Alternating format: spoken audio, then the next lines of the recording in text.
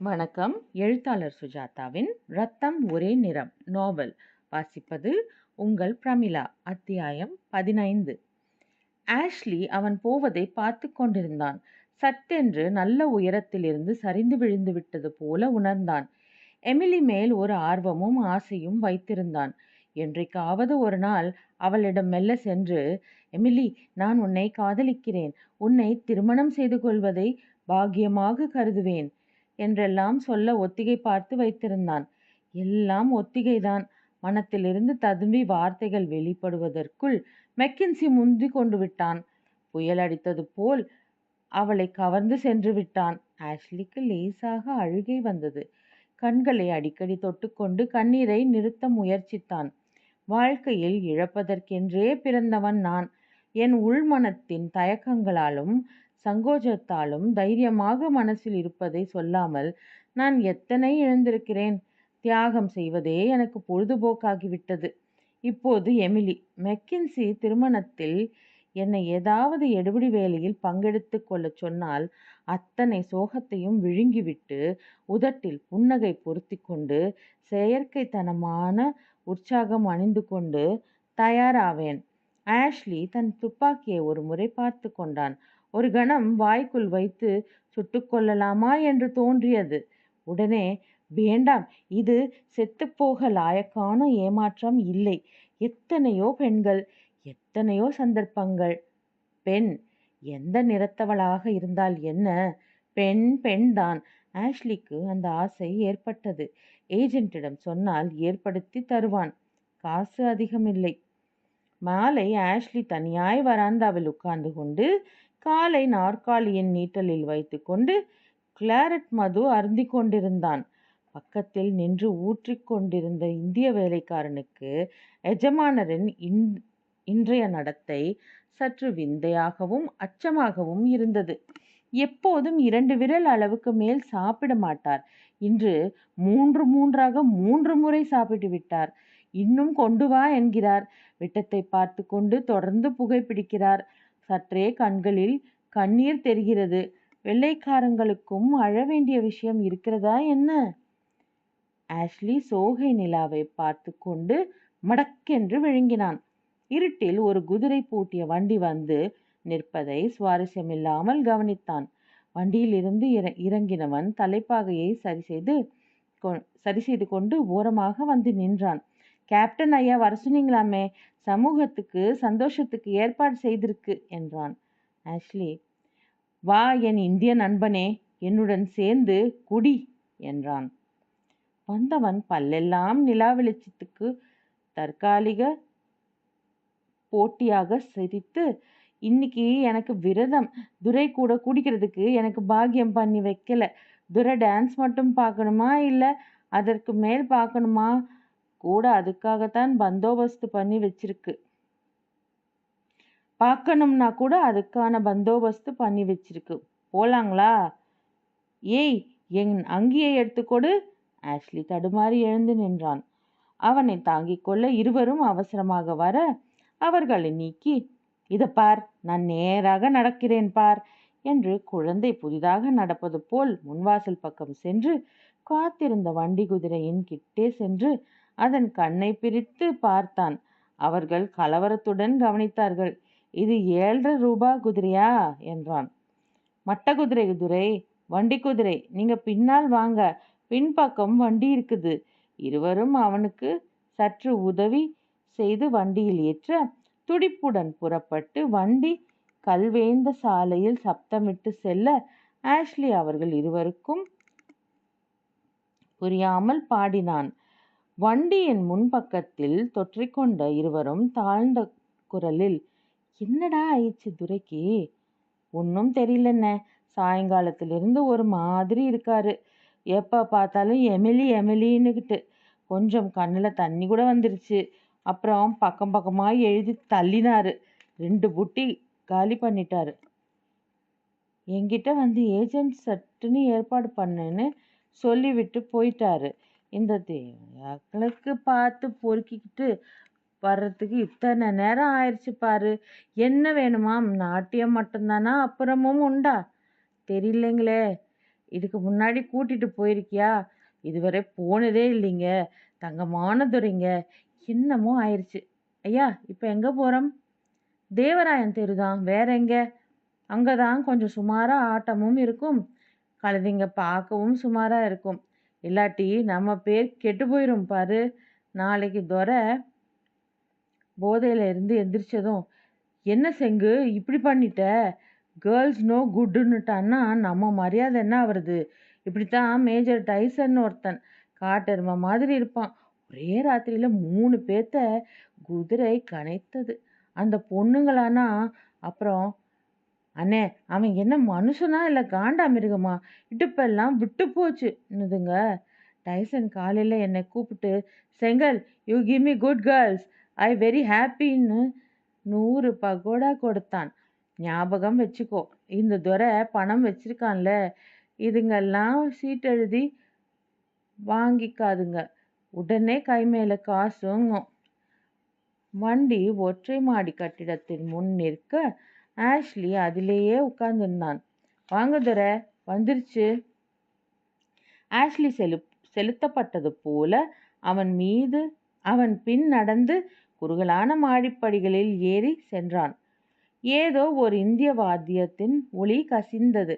தான் செய்வது ரெஜிமெண்ட் விதிமுறைகளின்படி குற்றம் என்று மூலையில் ஒரு குரல் எச்சரித்தது.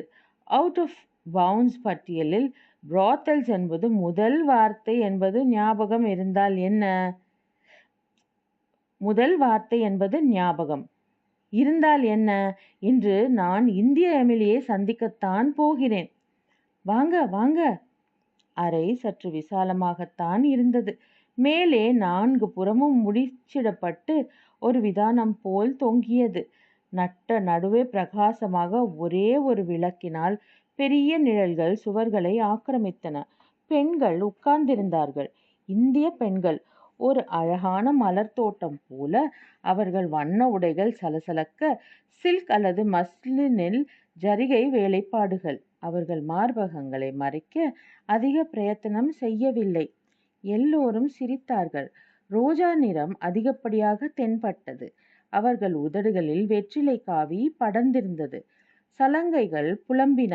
பின்னால் இருட்டில் பாதி மறைந்து சில வாத்தியக்காரர்கள் தென்பட்டார்கள். சோகக்குரல் எழுப்பிக் கொண்டிருந்த அந்த வாத்தியம் வயலினின் குறைப்பிரசவம் போல இருந்தது. இரட்டையான தாளவாத்தியத்தை ஒருவன் தேய்த்து பதம் பண்ணி கொண்டிருந்தான். ஒரு நீண்ட வாத்தியம் கல்லுண்ட தேனி போல ஒரே சுருதியில் என்று ஒழுகிக் கொண்டிருந்தது. பெண்களில் ஒருத்தி எழுந்து சலாம் செய்துவிட்டு ஆஷ்லியை உட்காரச் சொன்னாள். ஏராளமான பஞ்சு மெத்தையில் சாய்ந்து உட்கார ஒருவன் அவன் காலணிகளை கழற்ற உதவினான். அந்த பெண் சலங்கை போல் மெல்ல சுற்றினாள்.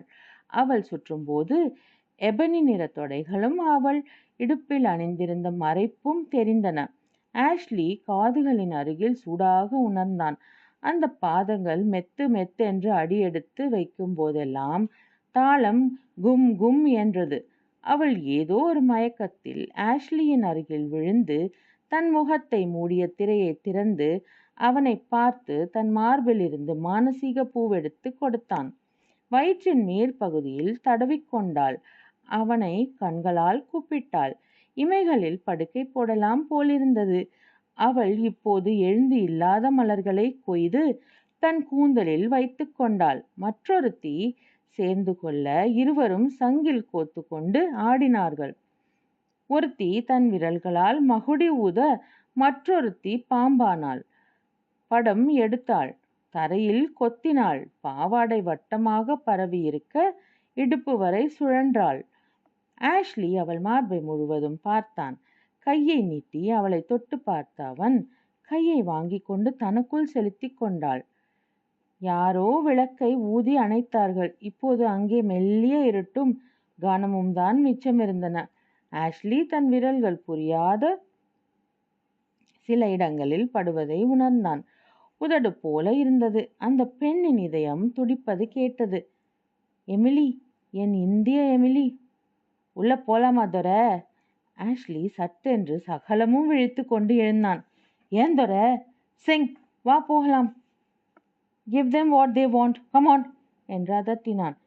பொழுது விடிந்ததும் முதற் காரியமாக எமிலியிடம் போய், எமிலி, நான் தான் உன்னை மணக்கப் போகிறேன் என்று சொல்லிவிட தீர்மானித்து விட்டான். பூவு, நான் தான் உன்னை கட்டிக்க போறேன். முத்துக்குமரன் இரவின் நிழல்கள் ஊடே நடந்து கொண்டிருந்தான். கால்கள் கெஞ்சின. தூக்கம் அவனை துரத்தியது. தான் செல்லும் பாதை சரியா என்று கூட தெரியவில்லை. தெற்கே போக வேண்டும். பெரிய பாட்டை எப்படியும் அகப்பட்டுவிடும். அவர்கள் மறுபடி தெற்காக அவர்கள் கிராமத்துக்கு தான் போனார்கள். ஆலப்பாக்கம் போய் அங்கிருந்து 8 கல் தொலைவில் அவர்கள் குலதெய்வத்தின் கோயில் இருக்கிறது. அங்கேதான் போவார்கள். பூவு எனக்காக நிச்சயம் காத்திருப்பாள். எத்தனை நாளாச்சு அவளை பார்த்து. முதலில் பயந்து பயந்து பகலில் வெளிவராமல் பதுங்கியிருந்து, எப்போதும் வெள்ளைக்காரர்களின் கதவு தட்டலுக்கு காத்திருந்து, அப்புறம் கொஞ்சம் தைரியம் பெற்று இரவு வேளைகளில் சற்றே வெளியே வந்து சற்று தூரம் நடந்து பார்த்து, தெகனப்பட்டணத்தின் மீன்காரரும் மனைவியும் அவனை நன்றாக கவனித்து கொண்டார்கள். இங்கே இருந்துறேன், கடல்ல கூட்டிட்டு போறேன், வலை வீச, மீன் பிடிக்க, காத்தை மூந்து பார்க்க எல்லாம் சொல்லித்தரேன். ஆமாப்பா, இருந்துரு, எங்களுக்கும் வேற துணை இல்லை. உன் வயசுல தான் பையன் இருந்தான், கடல்ல போயிட்டான். எங்க மாவ மாதிரி இருந்துறேன். இல்லைம்மா, நான் போகணும், எனக்கு வேற சோலி இருக்குது. ஊருக்கு போய் கண்ணாலம் காட்டணும். அங்க ஒரு பொண்ணு எனக்காக காத்திருக்குது. முறை பொண்ணா? இல்லைம்மா, நடுவாந்திரத்தில் பார்த்தது, ஒட்டிக்கிச்சு. அதுக்காகத்தான் நான் உயிரை வச்சிட்டு இருக்கேன். கடவுளும் என்ன பொழக்க வச்சது அதுக்காகத்தான். இந்நேரம் யானை தொகைச்சு உசிர விட்டுருப்பேன். தலையை மிதிக்க ஏறக்குறைய வச்சாச்சு காலை. யமன் வாயில இருந்து தப்பிச்சு வந்திருக்கேன் அம்மா. அவகிட்ட போய் நான் உயிரோடத்தான் இருக்கேன் பூவுன்னு விஷயத்தை சொல்லி போடணும். இத்தனை நாள் இருந்ததே அதிகம். ஐயா, நீங்க செஞ்ச உதவிய நான் மறக்க மாட்டேன். எனக்கு தெய்வம் போல சனங்க வந்து உதவி செய்கிறாங்க. அந்த வெள்ளைக்காரதோர அப்புறம் நீங்க ஒவ்வொருத்தருக்கும் நான் உடம்ப செருப்பா தச்சு போட்டு உழைக்கணும். இந்த மாதிரி நன்னி கடன்களை ஏராளமாக சேகரித்து வச்சிருக்கேன். எப்போ தீக்க போகிறேனோ. அம்மா, நான் போய் வரவா? மீனவன் சொன்ன வழி சரியாகவே இருந்தது. விடிவதற்குள் பெரிய பாட்டை வந்தது. தெற்காக நடந்து சென்றபோது சில பரிச்சயமான கிராமங்கள் தென்பட்டன. அப்பாடா, இனி கவலை இல்லை. சாக்கிரதையா நடந்து அங்கங்கே நிழல்ல மறைஞ்சு பொழுது சாயறதுக்குள்ள போய் சேர்ந்துடலாம். போறப்ப பூஞ்சோலைக்கு எதுனாச்சும் வாங்கிட்டு போகணும். என்கிட்ட காசு இல்லையே, என்னத்தை வாங்கி போவேன்? அட, ஒரு பூவையாவது பறிச்சுக்கிட்டு போகணும். பூஞ்சோலைக்கு பூவு. எதிர்பார்த்ததற்கு முன்பே கட்டதாரம் கிராமத்துக்கு போய் சேர்ந்து விட்டான். இங்கேதான் அவர்கள் குலதெய்வத்தின் கோயில் இருப்பதாக பூவு சொல்லி இருக்கிறாள். முதல்ல விசாரிச்சு பார்க்கலாம். தூரத்தில் பீப்பி ஒலி கேட்டது. சின்னதாக ஒரு துணி சதுரத்தை தேவையில்லாத நிழலுக்கு பிடித்து கொண்டு பெண்கள் நடந்து வர, பின்னால் இரட்டை மாட்டு வண்டி 2 பக்கமும் பட்டால் போர்த்தப்பட்டு ஆடி அசைந்து கொண்டு வந்தது. முத்துக்குமரன் ஒதுங்கி வழிவிட்டான். இவர்கள் எல்லோரும் யார்? சில முகங்கள் பார்த்த ஞாபகமாக இருக்கிறதே. விடுவிடுவென்று கடந்தது. பூஞ்சோலை வண்டிக்குள் இருந்தாள். லேசாக சால்வையை விலக்கி வெளியே பார்த்தாள். அவளுக்கு குழப்பமாக இருந்தது. ராக்கனுடன் எனக்கு கல்யாணம். தாத்தா எனக்கு நல்லதுக்குத்தான் சொல்கிறார். கூட்டத்துக்கு வெளியே கல்யாணம் பண்ணி வழக்கமில்லை. அந்த ஆளு தான் இறந்து போய்விட்டான். எத்தனை நாள் அவனை ஏன் நினைத்து கொண்டிருப்பது? கூட்டத்தில் சொல்லுகிறபடி கேட்டுத்தான் ஆக வேண்டும். ராக்கனை கல்யாணம் செய்து கொண்டு பிள்ளை பெற்று தள்ள வேண்டும். கூட்டம் சிறியது. நிறைய சனங்கள் வேண்டும். கூட்டம் பெருக வேண்டும். முத்துக்குமரன் அந்த ஊர்வலத்தை ஒதுங்கி பார்த்து கொண்டிருந்தான். அந்த வண்டியின் திரை திறந்து அதிலிருந்து தெரிந்த கையில் மறுதோன்றி கரையை பார்த்தான். என்னங்க, கல்யாணமா என்றான்.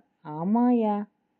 அவர்களுக்கு வழிவிட்டு தனியாக சற்று நேரம் நின்றான். எனக்கும் இப்படித்தான். பூஞ்சோலை கூண்டு வண்டிக்குள் வருவாள். மெல்ல திரையை திறந்து அவளை சன்னமாக இறக்கி வைப்பேன். எனக்கு தலைப்பா கட்டுவார்கள், இடுப்பை சுற்றி பட்டு கட்டுவார்கள், மஞ்சளில் செருப்பு தருவார்கள். சிநேகிதங்கள் எல்லாம் ஆலப்பக்கத்திலிருந்து வருவார்கள். அம்மா வரும், அண்ணன் வரும், சிலம்பக்காரங்க வருவாங்க. ராத்திரி பூரா விளையாடுவாங்க. வீட்டுக்கு வெளியே பந்தை போட்டு உள்ளார பொம்பளைங்க சிரிச்சு விளையாடுற சத்தம் கேட்கும். வரிசையா சாக்கு போட்டு எல்லோரும் சாப்பிடுவாங்க. கண்ணுக்கு மை போடுவாங்க.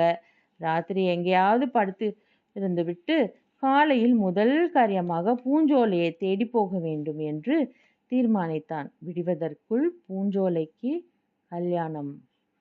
இத்துடன் 15வது அத்தியாயம் நிறைவடைகிறது. நாளை 16வது அத்தியாயத்தில் சந்திப்போம். வணக்கம்.